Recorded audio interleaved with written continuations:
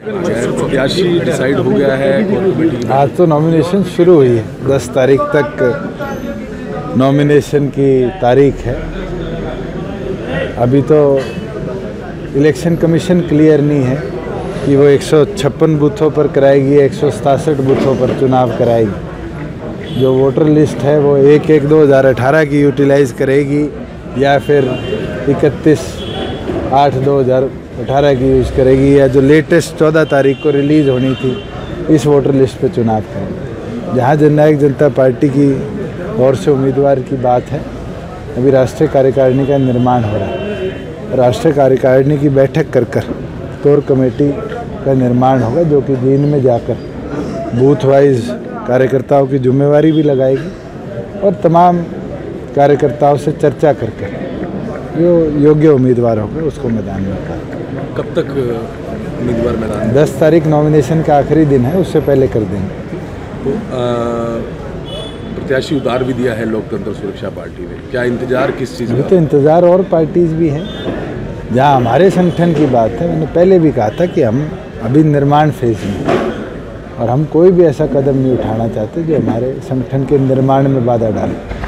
पहले निर्माण कार्य पूरा करेंगे, कोर कमेटी का गठन करेंगे। कोर कमेटी तमाम कार्यकर्ताओं से चर्चा करके इसका निष्कर्ष। जेल से काफ़ी लोग की बैठक आज होने वाली है, प्रत्याशी घोषित करेंगे। उनकी पार्टी का निर्णय है, क्या लेंगे। मुकाबला क्या देखें? मैं तो ये मानता हूँ कि आज सत्ता पक्ष के साथ हमारा मुकाबला है और सरकार अपनी मशीनरी का दुरुपयोग करती आई है और इतिहास में भी रहा है। जो सत्ता में होता है तो हम तो ये मान कर सकते हैं इलेक्शन कमीशन फेयर और इंडिपेंडेंट इलेक्शन कराएगी। और जिस तरीके से इलेक्शन कमीशन ने 1/1/2018 से अपने इलेक्शन को होल्ड करने की वोटर लिस्ट की बात करी है, वो अपने आप में अनफेयर मीन मैं मानता हूँ। क्यों आपने जो एक 18 साल का 2019 जनवरी 1 को बच्चा हुआ है, आपने उसके वोटिंग अधिकार को भी रोकने का काम किया और एक साल में लगभग 3,2500 के आसपास ऐसे योग्य वोटर्स हैं।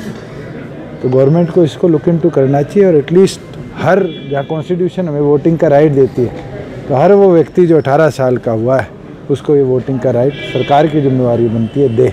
पर शायद युवाओं की ताकत से सरकार डर रही है और वो ये मानती है कि ये 3-3,500 युवा साथी एक तरफ जेजेपी के पक्ष में उतरेंगे, तो इस तरह के अनफेयर मीन पहले से जुड़ने सरकार ने शुरू कर। बिना सिंबल पर चुनाव लड़ा जाएगा? सिंबल अभी आपको नहीं? देखिए, आज जो मेरी अभी चर्चा हुई है इलेक्शन कमीशन के अंदर, जो हमारी फाइनल फेज की क्लियरेंस है वो अप्रूव हो चुकी। हम इंतज़ार कर रहे हैं कि इलेक्शन कमीशन हमें जो हमारी एप्लीकेशन है उसके ऊपर चिट्ठी दे दे कि हम जननायक जनता पार्टी के नाम से चुनाव लड़ पाएँ।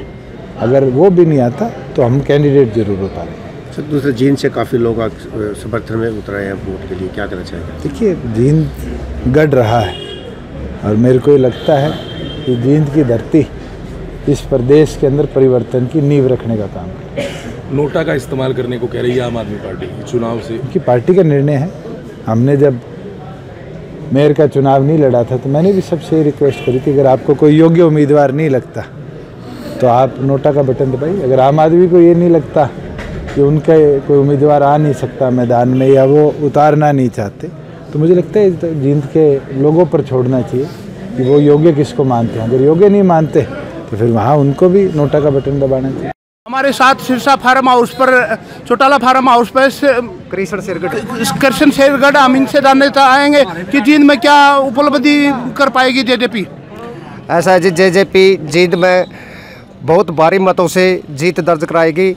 दूसरी दलों के तो सबकी जमानतें जब्त है और सबसे पहले जींद नहीं पूरा हरियाणा में जेजेपी हो रही है, दूषण हो रही है।